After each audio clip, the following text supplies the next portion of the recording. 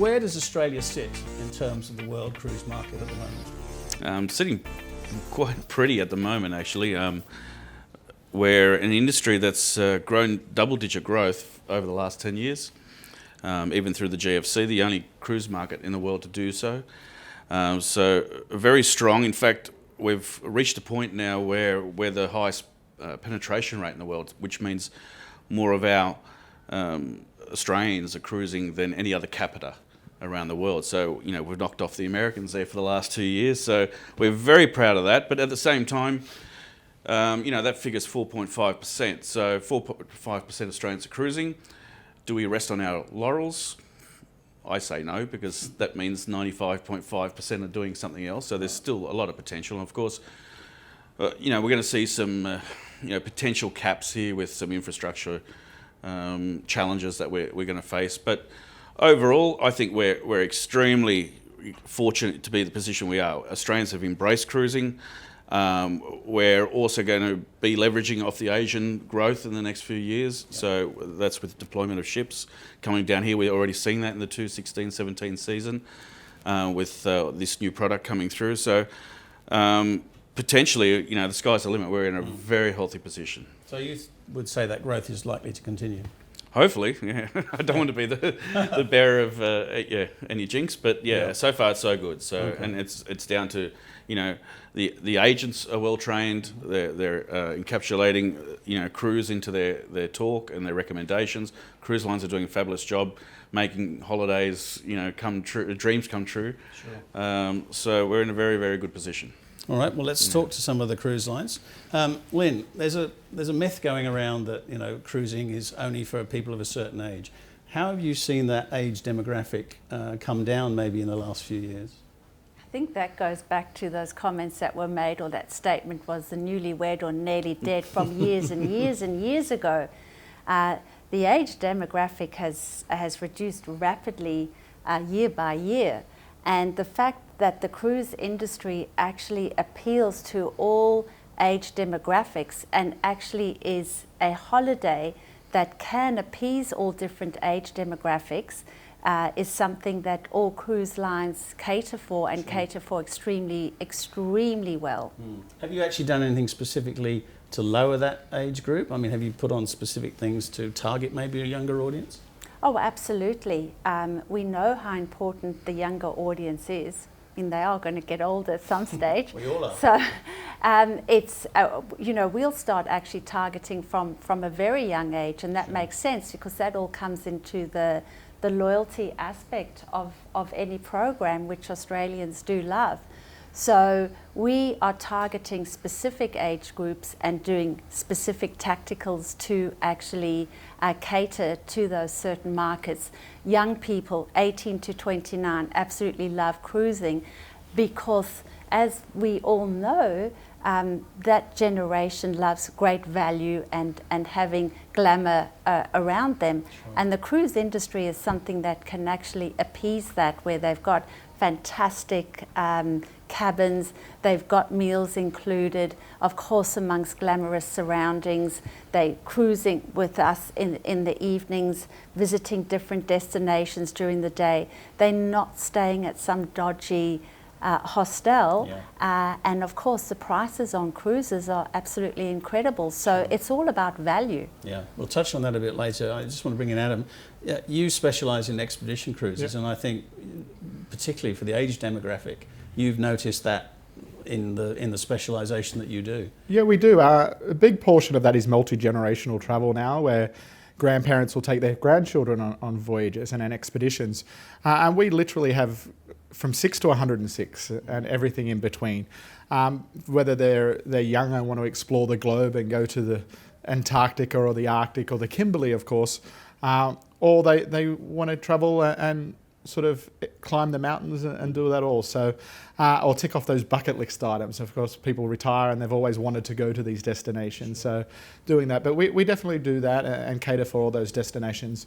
But with the expedition fleet, there is a minimum age of 6, only because legally we can't take any children under 6 onto the Zodiacs. But again, full any other age group, absolutely cater for those in between. Sure. Have you noticed in your bookings a real sort of decrease in the age demographic of people booking cruises? Absolutely. I think probably it ties in, I guess, with the product that's out now as well. Yeah. I mean, you've got cruise ships that got water parks on, water slides, you've got ice skating shows, you've got a whole range of different things, rock climbing, adventure sort of things as well. And I think that naturally brings down the average age because the people are just getting on there, they're being active, they're doing things while they're cruising, then they're seeing the different destinations and stuff as well. I would agree with that. I also see that you're getting a lot of families cruising together, where they might have gone camping at some point where they've still got to wash up, go and find the food, pitch the tent and do all those things. So for the person who does all that on a holiday, it's actually not quite such a holiday, whereas as soon as they're on a ship, there might be 30 people and you've got adults with all the children, and the children are catered for. If they don't like something that's served up for dinner, they can get something else, which is such a bonus. Sure. And if you're taking teenage boys, they eat like every meal's their last.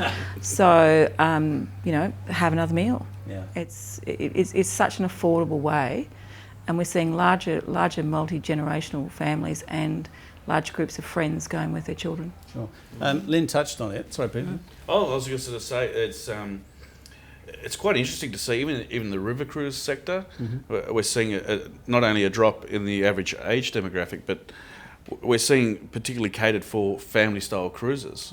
Right. We're having it started 3 or 4 years ago where there was some set departures by Tauk and Uniworld and so forth, where they'd have family specific cruises, but now it's actually getting more and more 12, 18. Right. And so here's a market that we never really associated with the younger clientele. We always thought it was a mature market, but even they are finding a great drop in the average demographic coming on board. That would boost the 4.6% you said. 4.5. 4.5. I was close. 4.6. I was close, but that will help, won't it? If younger people are coming through, then and Lynn said it very smartly, very businesslike. She's taking care of her future. Right. So, they're the ones going to be purchasing the next ones. Sure. So why not get to them early? Yeah. Okay. You talked about it earlier, the price. Again, a lot of people maybe think, I can't afford a cruise, it's way out of my budget. What would you say to those people who may think it's beyond their budget? Well, the prices are there for everyone to actually see, and one of the things to do is to actually divide that price into a per diem, a per day cost. And once you look at the inclusions on a daily basis, then there isn't anything else that's actually going to come into that price point where you have that incredible value. I've been with people on cruises, well, obviously on our cruises, where they are really still waiting to sign for their meal at the end of a meal. I'm saying, you really don't do that on a ship. We don't mind how many times you eat and how many times you enter into a restaurant, like having the buffet 20 hours a day, especially because we're catering for young people. And it's not only young people, everybody wants choice of when they want to eat and how they want to eat. So the fact that you have all your meals, obviously there's specialty restaurants as well, in that price, your entertainment is included, your cabin price is obviously included with the port charges. So it's all there, and then there's the optional extras. But you're not having to take control or remember every time you are having an additional pasta or salad or how much did I eat. So all those things are great. No, absolutely not. Absolutely not. So yes, so the value is there, and I believe that is a known fact in the industry now, that cruising is going to give you the best value. Sure. And with your expedition sort of not the sideline, obviously a major part of what you do, but does that add an extra cost to the people who cruise with you? Well, again, as Lynn really touched upon, there's a huge difference between cost and value. Yeah. You put a dollar amount on something, it can seem more expensive than others. However, when you look into it, the value that you're going to receive is there. And with expeditions, we go to 590 different destinations a year. We take our ships to. So, and everything on board is inclusive. Yeah. So there is no bills, and there is no checks or anything like that. All the shore excursions are included. So the value in that is great, and to do that. And it really is an opportunity to hit those destinations that they may not ever be able to go to. So definitely when it comes to cruising, there is something for absolutely everybody, from the budget contemporary cruiser all the way up to the ultra luxury and expedition cruiser. So the value is there in all levels. So it is a huge misconception of cost versus value, but being in the industry for over 20 years, I really believe that expedition cruising and cruising in general is the best value vacation you can ever take.